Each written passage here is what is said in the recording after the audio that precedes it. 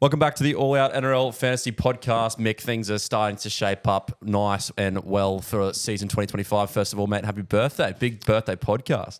Yes, thanks, Coop. Wasn't expecting to do a podcast, but was pretty bored, so why not? Mate, when the news comes out that TLT for Preseason Challenge 2 and there's a bit of $100,000 prize money on the line, you know that we're going to do a podcast, and It's the kind of time of the year where we start to get a good idea of what the teams are looking like and who's going to play what position, what cheapies are going to come into our team, and maybe some of the guns that we're thinking that could play 80 minutes here. Yeah, you're starting to see like the coaches are putting in the players they want to see go well. Yep. And if they perform in the trials, it's a good representation of what the first teams will be. Yeah, you're not wrong, mate. And we're going to get straight into it. And this podcast is, I know, coming out on a Wednesday, so we do apologise for that, listeners, but we know how important TLT is to everyone, so we are going to go through a quick little run through of TLT, what we think and the expectations of what we might see on the weekend. And then maybe at the end, if you're lucky, and if we're up to it, we might throw in some pods because we like some pods and who we think might be in our team for 2024. We need a public holiday for the first TLT. 2025, actually, should I say. Yeah, we do need a public holiday for the first TLT. Just a personal one. Yeah, just... Take work off. Take leave. I think I'm going to be sick that day. Yeah. Like, just take Hope leave. work isn't listening. Before we go on to it, make sure to subscribe, like the Instagram, follow it, like the video. They're all doing great numbers, these podcasts, so we really do appreciate it as the mic continues to stuff up here for me, but that's okay.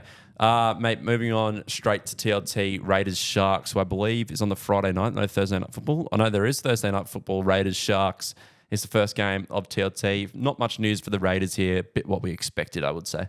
Yeah, I'm looking through the team and like basically what we expected, as you said. Yeah, like just generally, I don't think the Raiders will have a strong year. There's a few players to talk about, like as the mic goes down on me, but that's all right. I'll just hold it for the rest of the pod. This is the intent that we have. If you could sort of, there's no hats to buy, but watch the podcast, try and support us.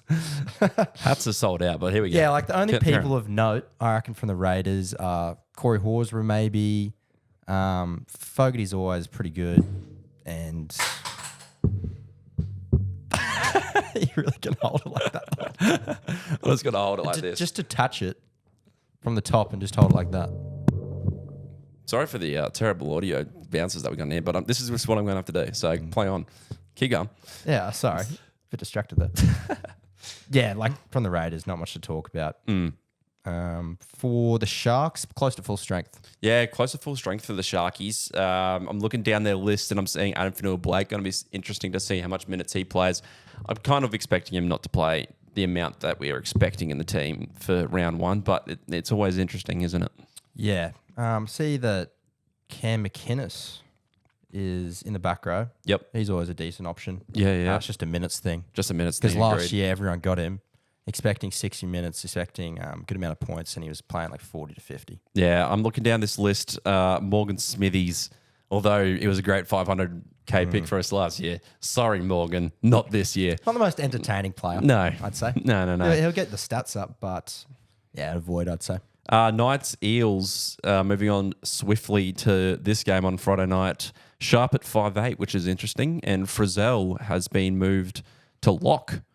Another interesting play there. We haven't seen Frizzell play lock before. It could be a thing for Thomas Cant maybe, or a Kai Pearce-Paul pickup, but it is obviously a wait and see. Yeah, probably won't go Pearce-Paul again. Awkward price range. The Knights halves are just pretty lackluster, I'd say. Yeah. Fletcher Sharp could be an interesting one, but what price is he? I probably wouldn't go there as well. No, I wouldn't either. He's 550. No point in that. Isaiah Ayongi for Para, looking like he's obviously going to get the number one spot for the Eels. He's going to be a good watch this weekend.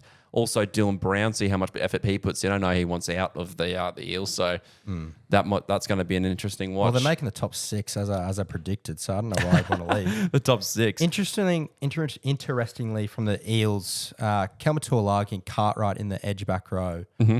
I think there's a lot of uncertainty in that position. Yep. If Tuolagi, firms into that position, I think he could be a great option. We had Kelmer in our team a few years back when he was about 220k. He did a role. I wouldn't say it was a good role for fantasy, but he did a role. Yeah, like if he's about 420k, if he's playing 80 minutes, I think he'll make you decent enough amount of cash and score decently, but it might be one where you'd just rather go to a basement price cheapie. Yep. Bryce Cartwright, obviously named on the bench for this week. Probably see him moved into the starting side come round 1, though. Cowboys Dolphins up there in North Queensland country town.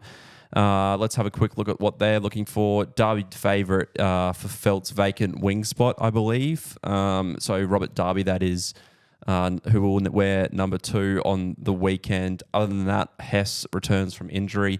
I remember a few years back, mate, I think it was 2021, 2020, when Hess was really relevant and he had one of his best years in fantasy. Could he bring it back? Who knows? Unlikely. He was an Origin guy. Now he's just a does the job guy. Does the job guy. No, I mean, I can see a world where Hess plays 50 minutes for 40 points and he could actually be a pretty decent buy. So yeah, I've seen a few questions about Maxi Plath. Yep. I don't think he's a buy this year. No, I don't know either. There's a lot of uncertainty, and Harrison Graham getting that 9 jersey. Mason Teague starting. Yep. I'm just not sure about him. Look, the Dolphins aren't playing their full strength side. So there's no Tom Gilbert this week. There's no Hammer due to All-Star round. There's no, as you said, Max Plath. So he obviously does fit in there somewhere. He was the player of the year last year. Whether that is at 9, whether it's at 13, he's got a bit of competition this year to deal with Gilbert returning, Harrison Graham in the 9, and also Jam K as well. So it might be a bit more of a bench utility role for Plath, which could see his minutes decrease. And it goes back to that question at the start of the podcast, preseason, of who actually gets our 9 fantasy jersey, who's that hooker for us. And I think we'll talk about him. Yeah, do you go Grant? Do you go the Mama? Or do you go the Peg Somoza? So it's a bit of a wait and see for that hooker spot, I believe. Just quickly on Hammer, he's always a popular buy. He's $589K. I don't think the Dolphins would be as good, obviously, without Wayne Bennett. No. I think he starts the season off pretty slow. So I probably wouldn't go Hammer this year. Yeah, I'd avoid the Hammer, full stop. Look, the Dolphins, with all due respect, I like the Dolphins. They're probably my team right now. We're going to get the spoon. I think we're going to get the spoon. If I'm a betting man, I'd think about it for the spoon. Yeah, yeah. But you never know. You they do got never some know. nice young talent, I guess. The Waz Storm. Now, the Waz did play last week for a 12-all draw with the Sharkies. RTS is back on the sting now with DWZ out. Poor DWZ. That seems like a pretty tough injury. The person that's firming in for me, who I've seen a lot of teams in the DMs, is Metcalf. Metcalf, I'm not sure what his price is, and I'll try and get it up here one-handed as I hold this mic. Yeah, Metcalf's definitely an interesting one. Like, he was going so well at the start of last year, and then obviously got that injury. He's $441K. Yeah, a bit awkward price. It is an awkward price, but I think he'll do a lot of kicking. I think he'll rack up a decent amount of stats. Yep. He could be, after a few weeks, one where we go, this guy's a pod. Should we get him in? Should we get him in? Yeah. Well, I think we were discussing last podcast about how we dislike that 400K to 500K range. It's disgusting. It's disgusting, isn't it? And we don't really like 360 to 380 type cheapies either. We're a big basement and guns. Yeah, but basement guns team. And if you haven't seen our team that we did last week, I'm pretty impressed with it. Shout out Taj Evan. I just want to see if the All Out community has actually followed through with that Taj plea. I think, as I predicted, we have no influence. 2.8%. So there is some influence there. I believe that's a grey area. Did we actually do something there? I believe the podcast was 1.3%. So we'll claim that one. Thanks, All Out fans that listen to the podcast. Storm. Oh, sorry. Before we move on to the Storm, Aaron Clark gets the 13 jersey for the Waz. Now, look, if you're a fan of the podcast, every week we've sort of said that there's a man who came on, Christian Mills, who said Aaron Clark was a pod. We laughed at him. He comes to the Waz the next year. I laughed at his face. We laughed at him. Yeah. He comes to the Waz next year. The following year, he gets the starting 13 jersey. Is he a buy? Yes. I think he could be. I've just said it. 400 hooker mid dual. 482. We just spoke about that awkward price range, but we know PPM beast Aaron Clark is. I think if he gets 60 minutes, 50, he's still a great option. It goes against everything that we stand for. 482K, terrible price. He hasn't got the minutes to back it up last year. We're going with Christian Mills. Another thing we don't like doing. We laughed at his face. Do we have to take it back? No. But do we have to go Aaron Clark? I'm thinking about it. I really am. If he goes well, we look like idiots. Oh, yeah, big time. If you just go based off last year, when he did start at hooker, in his career, when he starts at hooker, average of 40. What about lock? Is that lock on the weekend? At lock, averages 47. Even better. Rounding up to 48 as well. And the minutes, like he's averaging 51 minutes there. So he is a 1 point per minute guy. Yep. One to watch, listeners, for sure. Aaron Clark. Storm. Su'a at the fullback position. Interesting there that Pappenhausen isn't playing. I wouldn't say that he's just getting rested, although was there an injury concern there? I'm not too sure with Pappy. Stefano club debut for the Storm, and with Welch retiring, is there potentially more minutes for Stefano Utikamanu now that Welch is retiring? You assume so. Like, I think Uta was pretty assured, like 55 minutes, I'd say. Mm-hmm. Maybe that goes up to 60. I still think he's one where you go, like, is his ceiling that high? And is it at worth his price range? What's he priced at? He's pretty exy. 600k. So is it worth dropping your 600k when you got Terrell May also at, I believe, around that price? He's 670k, but it's pretty similar. You're comparing up. Thoughts go to Welch. He's had a solid career. Yeah. Very unfortunate with injuries. Might have done his ACL twice. Yeah. Very unfortunate for Welch. I think we definitely noticed the last couple of years he sort of lost his punch through the middle there. Yeah, he used lost to be an that offloading guy. Now he was just a... He had leg drive. And as a forward, when you lose the leg drive, you're probably at the end of your career. Yeah. If you got no leg drive in the modern game. No, Welchie, great career, and he's an Origin stalwart for the Queensland. So shout out Welchie there. South's Manly on the weekend. Lewis Dodd debut and first look at Mamazoulis, who got the starting 9 position, I believe, for the Rabbits. Lots of about this Lewis Dodd, 500k all of a sudden for fantasy. I probably wouldn't be starting with him, but there is a lot to like. I still don't understand how they got that price because it's just he hasn't played in the NRL. Yeah. I assume it's based off stats from Super League. It must be. So it must be a gun stats-wise. But again, as you said, I wouldn't go near him. Yeah.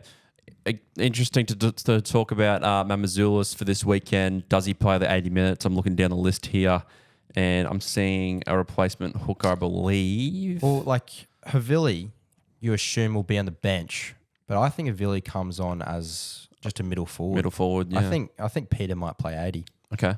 And even if he wasn't, he should be in everyone's team anyway. I don't like Mamazoulis. Let's just keep it at Peter. I'm a big Peter guy. Pete. Yeah, Pete. Mamazoulis is now Pete. He only gets referred to as Pete. It's like Hatziglu. Yeah, Pete Hatziglu. Manly Takiaho club debut. Lehigh Hopewadi at the back. Look, with Manly's soft draw, he could tee off at the start, which is more inclined to me to pick Turbo over some of those gun premium wing fullback options, I reckon. Yeah. It's a tough one. I think Turbo might have an injury for a year, touch wood. His form in the back end of last year was brilliant. Yeah. No, it actually was. So if anyone got Turbo, what's he priced at? We're not going to say it's a silly decision. 700k probably is a bit expensive for Turbo, isn't it? Yeah, but it's like those top 5 guys, even throwing Deadwoods, they're all hovering around. They're going to hover around the same average. Yep. Yeah, no, I Except agree. maybe Latrell, who could push to 60 odd if he has a big year. Yeah, I'm thinking Latrell as well, and we talked about that last podcast. Just quickly with would you think about going like a Garrick? He's like a gun, but he's going to be consistent. I've seen a lot of teams in the DMs actually with Garrick. Yeah. I wouldn't. It's tough because I don't want him in my centres, and I also don't want to spend that much on Garrick at a fullback position when I can also spend it on Latrell, Ponga, Turbo, Tedesco. I've also seen a few questions about Simpkin. He's 370k, but Croker's back, I think, after a few rounds. Yeah, I would So avoid. it's probably just. And he hasn't one been where that you fantasy relevant, has he? Yeah, you got to trade him, so I'd just go someone else. Yep. Bronx Titans, Mariner is on the wing. Kobe starts at lock. Piakura, Goss start in the row.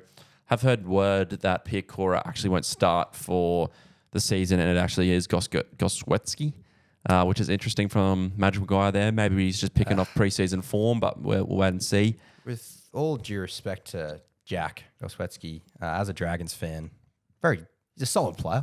I'll use that word. He has nowhere near the upside Piakura has. No. I mean, Piakura was in the Origin squad last year. Origin set up somehow. Yeah. I don't actually rate Piakura that highly, especially from a fantasy perspective. But like, surely. Yeah. Surely. What's Goswetsky going to do for you? Maybe he's a pod. 28 tackles, 90 meters run. Yeah, maybe he's a pod. Interesting. I keep saying interesting because there's a lot of things that are interesting about this TLT. Kobe Hetherington, a lot of chat about him in this preseason, whether he'll get the minutes and whether he has the work ethic to be fantasy relevant. I should phrase that differently. It's not the work ethic. It's more just the output for those fantasy stats. Interesting option, I believe, Kobe Hetherington. See how many minutes he gets on the weekend, but could he be a buy?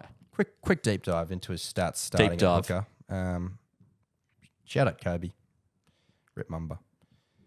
Yeah, so when he starts at lock, he played 2 games last year, got a 42 and a 32.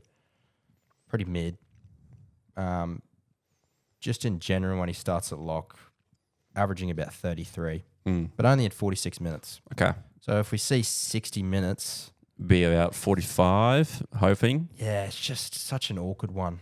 I don't think he'll blow your socks off. No. He might be a slow burn mid-range guy. So I personally not going there. The Titans have a bye round 1. David Fifita has been named in the row, which is great news for Titans fans. We need him absolutely soaring this year. And also he's got to get his origin position back. So big year for David Fifita, in my opinion. If he can look past that round 1 bye, I think he'd be a very good buy for the weeks after that. I think he's in like 1.1% of teams. He's very expensive. Yeah, so I thought he was in doubt for round 1, but that just assures everyone that he's playing. Yep. I assume his low, he's only in 1.9% of teams. I think that'll pick up now that people know he's playing. Yep. 780K. I think that's a fair price. It's a fair judgment. Yeah. And if he's going to be a pod like that, I think he's a great option. I agree. Like every year he's a gun. If you can look past that round 1 bye and have 780 on your emergencies, I think he's a great buy. He averaged 58 last year, and correct me if I'm wrong, I think he played on the bench for a bit. Yep, he did.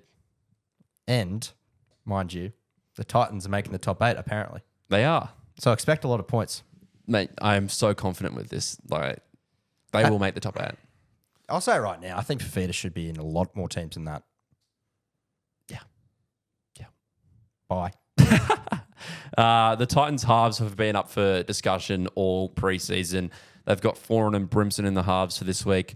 I reckon that's going to be, if I was a betting man, that was going to be their round 1 halves partnering because they'd just have to get the combinations right going into round 1, which means Keeney probably goes out of the side, which is unbelievable for Campbell, unless Campbell goes into the centres, but then you got Sammy and Brian Kelly. I'm telling you, this side is good. It's a good side. Very good team. It's a good side. I think a lot of people would go, just get rid of Foran, but you need him in there, I think. Yep. Because they're all flashy guys, those 3. You sort of need someone who's going to be a reliable, consistent kicking game, a bit of leadership. Mm-hmm. I think Keeney gets that role. I think Jaden Campbell might be the 14. The utility Surely. guy. Man, I'm going down this list of the Titans and I'm saying this is a good team. It is a great team. And the most underrated aspect is, we actually saw a clip about this. I think the guy was listening. Where he's listed off the forward pack. Campbell Gillard, Fifita, Firma. Tino's back. Yep. Mo Fodawaker. And then Jolliffe, who was great last year. Jumping Jolliffe, yeah. It's great. It's a great team. Moving on, though, Bulldogs, Tigers. Not much to talk about for the Bulldogs. Pretty stock standard team for them. Not much fantasy relevance other than, look, I'm looking down this list. There's legit no one to talk about for the doggies. Preston's a guy I'm looking at. It's a nice little pod. Yep. Tigers, Skelton starts on the wing. Galvin and Finu in the halves. Can you back Galvin in for another year? Probably. At the price he's at, I wouldn't be buying him. No way. Nah. Like last year, even as a rookie, he was doing everything. You know what? I'm almost giving Galvin Hall of Fame cheapie status. He's definitely up there. I think in a couple of years' time, we'll reflect and like he'll be knocking on the door saying, hey, I should be a nominee for 2028 Hall of Fame for the rookie class. And look, I wouldn't pack him away. I'd put him A tier. If we're going S tier, we're going Haas. Yeah, we're going Haas. He went from cheapie to 800K. the highest average. Yeah. So I think if Galvin comes knocking on the door saying, hey, I want a nomination for 2028 Hall of Fame cheapie, I think he's there. I think he's deserved that respect. Yeah. Dragons, Roosters. Dragons almost close to full strength here, I reckon. Good to see the new sightings of Cook, Ilias Gulaval and Gutho. Look, I'm looking down this list again and thinking, what do you reckon? Jacob Little on the bench for Damien Cook to replace Luciano Leilua, I'm Jane interested Lua. to see how Ilias goes. I think he'll have a chip in his shoulder, but from a fantasy perspective, like, wouldn't go there at 400K, I don't think. I don't mind this Dragons team, to be honest. I reckon... It's a good mix of leadership and that's about it. Yeah. I think we'll come ninth. You actually take this team and go back 3 years, probably close to a championship winning team. Yeah, but that's been the same story for us for the last 10 years. Yeah. Oh, if this team was around 5 years ago, we just always seem to sign not saying they're washed, but probably just past their best. Yeah. I think we will go well because we're the first time since Wayne Bennett, we've actually had a solid coach. Lots to like about this Roosters team with the cheapies as well. Robert Toya gets the centre spot with Mark Nawanda Kawita Tawaze. I'm getting better at that every week as we go. Mark. Sandon Smith gets the 6 jersey. Chad Townsend at 7. CY Wong at 13, which is interesting. I don't think that'll last for round 1. But there is a lot to like there with the cheapies that we're thinking about for the Roosters. Yeah, those cheapies are just no-brainers. Like Sandon Smith, I had one friend of the podcast, won't name his name. He's already been mentioned saying Sandon Smith's going to be a trap. It's like, even if he is, it's like everyone's got it. He's basement price. He's assured 80 minutes, obviously. All it takes is like a try. Yep. And he'll get some cash rises. So get him. Rob Toya, must have. Marky Mark, he's one to just watch for the first TLT. Yep, I agree. Apart from in fact, Victor Adley's getting the lock roll. Oh, for sure. So, Nothing to a White probably is the one to talk about. I saw in a lot of teams. It's like, I probably wouldn't go there. I wouldn't go there either. There was minutes for him there last year with Terrell May hanging around and him moving on now. There could be an avenue there. I just don't see it personally. Only guy to really watch out for is Junior Pauga. Yep. Because he's going to take the role off Rob Toya or Marky Mark. Sure. The only other game this weekend is the All-Stars Indigenous versus Māori. I wouldn't take much fantasy relevance from this game at all, but it's just good to see how Lucas Hammer, probably Jaden Campbell and Watto go. Probably one for note for the Titans is that if Campbell wasn't playing in this game, where would he fit in for the Titans? Yeah. And for the Māori team, Ponga obviously has such a good draw to start the year for the Knights. JFH for the Waz and Royce Hunt, who has been scouted as a cheapie for the Tigers this year alongside Terrell May. Good to see how they go for the Māori team. He'll do a roll. I think he'll do a roll. Yeah. But it's good to see how teams are shaping up. If I was a betting man, which I am, I'm going to say that teams would be very similar to start the year. And it's when people start to fail and go poorly, what decisions do you make then? And I think starting this year well is going to be more important than any other year. Like we said it 1,000 times, if you've got a guy in your head who you just really think is going to have a strong year, buy. Yes, buy, but don't get too attached to where you see the first team list and you go, not what I wanted to see. Yep. I'm going to stick with him. You got to just take a step back, analyze it again, because it may not be the right decision. You know how they say don't do the same subject for like an hour if you're doing homework? Yeah, they have said that apparently. You just if you're on Terrell May for an hour, he doesn't get the start. Take a step back, go for a walk, come back look at it with fresh eyes and think, is he going to get the same minutes off the bench? Do a pros and cons list. Do a pros and cons. Do a Venn diagram. Think about the pros and the cons and the similarities. Other than that, we'll see how we go. Or just ask ChatGPT. Yeah, we'll just do that. Other than that, have a great week. Enjoy your footy. Enjoy the preseason. And we'll see you for a debrief, I reckon, maybe next week sometime. Yeah, a lot of pods will be going out within now and NRL season. Yeah. Sounds good. See you Thanks then. for listening. Bye, Tarjanan.